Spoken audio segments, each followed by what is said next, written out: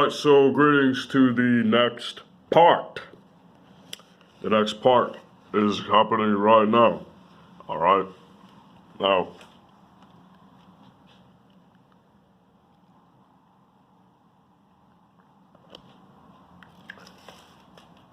Moringa is where I left off. Okay, now, going right into actually exactly what Moringa even is. Moringa is pretty much a tree found in quote unquote Africa, and it is used in many ways. They use the bark, I think, the seeds, and the leaves. Now, what is relevant to you is probably the seeds and the leaves. So, here's the dosing essentially 2 seeds a day, or apparently 4 a quote unquote week, is something that people do as well. And about, hold up, let me check. I had the dosing here as well. I had doses for each of these herbs actually, but moringa is about 3 grams, quote unquote, that as well. The leaves. Now moringa provides huge energy boosts, not visible, but feelable energy boosts as well. Right, pretty much visible energy boosts within you, and they also heavily increase sacral stamina, if you know what I mean. Okay, next up is castor oil. Castor oil is the ultimate oil to grow ether. If you put it anywhere on your body, it will immediately heavily increase the ether growth at the location. Okay.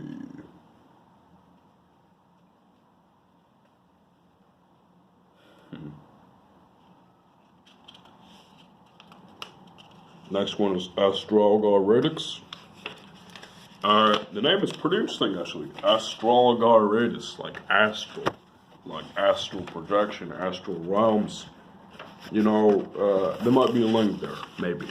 But Astragalus as well as Panax ginseng are 2 root herbs that are heavily used in many locations, but these have cure-all benefits. Essentially, these herbs will heavily increase your health in all aspects, pretty much. Next up is ginkgo biloba, which is to do with the blood, increases blood flow. Matcha, which gives you a calm yet energized feel. It was used by the samurai before battle. And if you know, by the way, no, there were no human being samurais. Okay. Next up is Horehound. It strengthens your mental ability. Mugwort strengthens your psychic abilities. I think there's one called Dream Root or Dream Bark, and this heavily increases the power of your vividness in your dreams. Also allows you to do more lucid dreaming, which if you can lucid dream, you can astral project, because if you're in a lucid dream, you can travel through the astral realm through the lucid dream. Kana, which is just a good thing for anxiety and mood. Same thing with kratom and kava as well, although the legality of all 3 of those may be at question wherever you live. Doesn't matter. Source it if you want it. It's really powerful, really potent. Lobelia is incredibly good for anxiety as well as lessening alcohol withdrawal symptoms. Orris root is one of those high vibrational flowers that increases your high vibrational side. Passion flower is good for anxiety as well.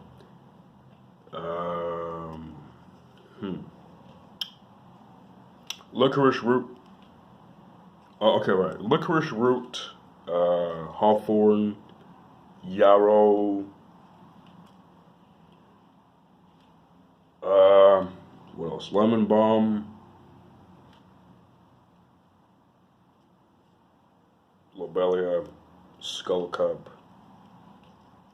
St. John's wort, I think. Yeah, that's some of them.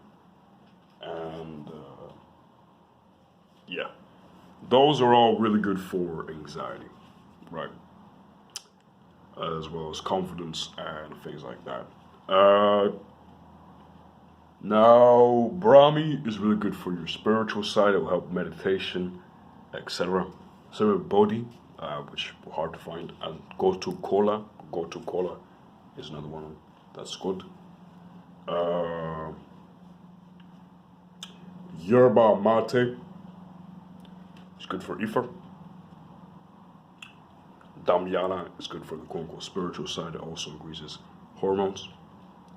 Reishi is to do with ki energy. Reishi mushroom will increase your ki energy, by the way. Coincidentally, Reishi is actually a word for energy as well. Blue Lotus, another high vibrational one. Sarsaparilla contains a high amount of iron, so if you're iron deficient or anything like that, you could eat some sarsaparilla and it will help you. Compared to, it will help you the most out of most herbs. And that's a good whole list. If you want some good essential oils to put on your face or on your body, I'd recommend vetiver, myrrh, violet, lotus, rosemary, magnolia, vervain, lilac, benzoin, heliotrope, and rose geranium, actually, for essential oils. Sage, and I think there's an ash herb as well.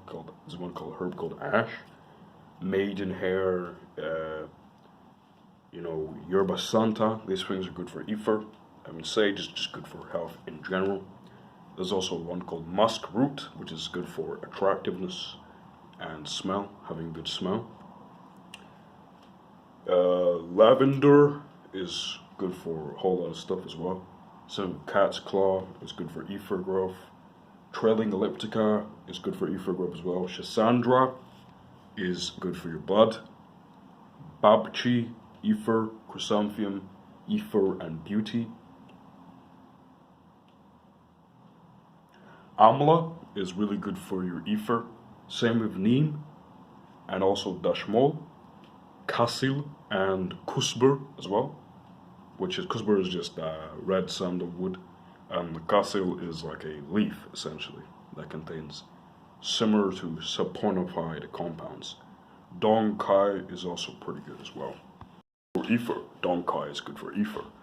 So, Kasil and Kusber are for skin, by the way. A lot of those things that I've mentioned at the quote-unquote end there are good for skin. So that's a quick rundown, essentially, of me displaying herbs I've actually investigated into. You can look into them yourself, but I feel like going outside right now or doing something else. But I will see you guys in the next video for discussions.